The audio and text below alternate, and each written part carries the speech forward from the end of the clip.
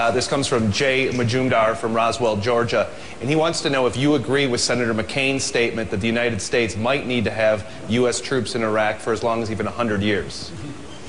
I don't even think they should have gone. So keeping them for 100 years, where's the money going to come from?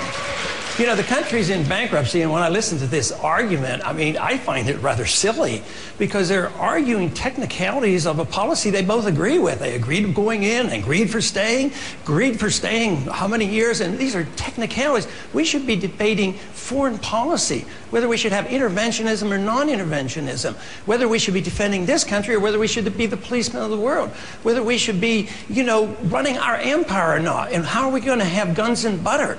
You know, the 70s were horrible because we paid for the guns and butters of the 60s. Now we're doing the same thing, and nobody even seems to care. The dollar is crashing, and you're talking about these technicalities about who said what when. I mean, in 1952, we Republicans were elected to stop the war in Korea. 1968, we were elected to stop the war in Vietnam.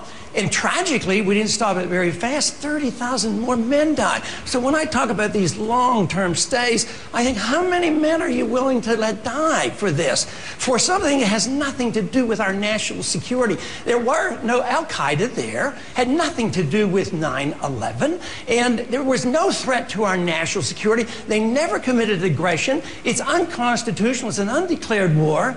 And we have these silly arguments going on about who said what when. I think it's time to debate foreign policy and why we don't follow the Constitution and only go to war with a declaration of war.